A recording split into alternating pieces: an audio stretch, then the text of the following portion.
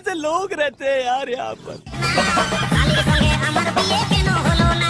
যা দাদা, পুরো তো ফেঁসে গেলে, পুরো তো ফেঁসে গেলে কচি শালি দেখে বিয়ে করতে গিয়ে।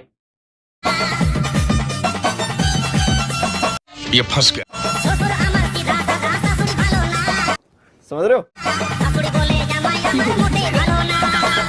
দাদা আমার ভাবছে এই কচি কচি শাড়িগুলো থাকতে আমি তাকে বিয়ে করে নিলাম। अच्छा ठीक है। দাদা কিচ্ছু করার নেই, তুমি ফেঁসে গেছো কচি শালিদের পাল্লায় পড়ে। আমি কি কাউকে গালি দিয়েছি?